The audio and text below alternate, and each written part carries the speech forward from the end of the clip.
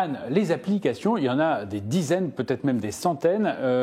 Que peut-on penser des applications et concrètement, qu'est-ce qu'on propose? Alors bon, ces programmes, c'est pas nouveau, c'est apparu il y a une dizaine d'années sur les jeux vidéo, sur Internet.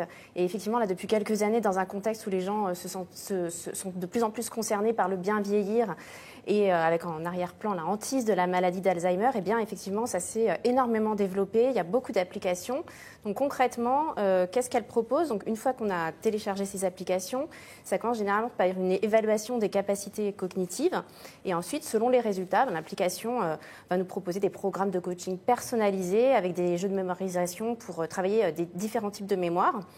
Donc, par exemple, j'ai regardé, on a Cognifit, Memorado qui promettent d'améliorer les capacités de mémoire à court terme, de concentration ou encore de planification. Ils ont souvent d'ailleurs des statistiques, des résultats, des études scientifiques. Alors ça vaut la peine ou pas? Effectivement, elle s'appuie vraiment quasiment tout le temps sur des études scientifiques.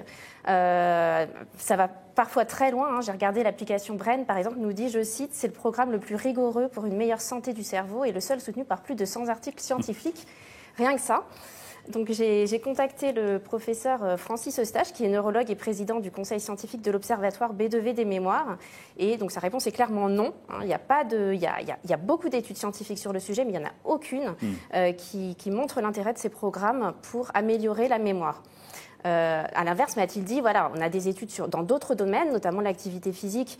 On sait que pratiquer régulièrement l'activité physique, on a des preuves, notamment des images du cerveau, des études épidémiologiques. Mais en ce qui concerne les applications et ces jeux, on n'a rien du tout. Donc il faut vraiment garder un regard critique sur ces jeux, et d'autant plus que bien souvent, l'utilisateur est très vite poussé à souscrire un abonnement. Donc ça peut devenir onéreux. Donc voilà, ça ne fait pas de mal, mais en tout cas, il faut garder ça en tête et se dire que ça ne va pas nous immuniser de la maladie d'Alzheimer.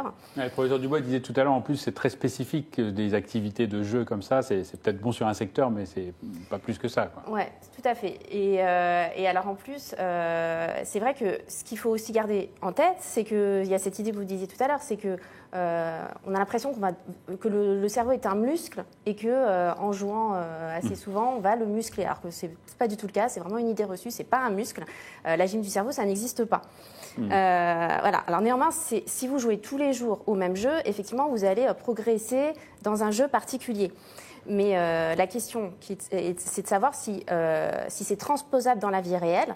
Et là, la réponse est encore non. Il n'y a pas d'étude d'impact dans la vie réelle. Donc concrètement, c'est pas parce que vous allez devenir le champion du memory que vous aurez plus de facilité à vous souvenir de tous les noms des petits-enfants de Tante Germaine. Ah oui. Voilà. Donc, ce qu'il faut conclure aussi, comme vous disiez tout à l'heure, c'est la diversité des activités qui est importante. C'est le plaisir qu'on a à les pratiquer et à les partager avec d'autres personnes. Et donc, si on joue tout seul dans son coin, dans une petite routine, ça conduit à s'isoler socialement. Donc, c'est complètement contre-productif. En revanche, si on est avec des amis, si on partage avec des petits-enfants, et bien là, et qu'il y a une notion de plaisir et qu'à côté de ça, on fait d'autres activités, alors là, oui, pourquoi pas, c'est intéressant, mais ça apportera pas plus que de lire un livre ou de voyager ou de jardiner.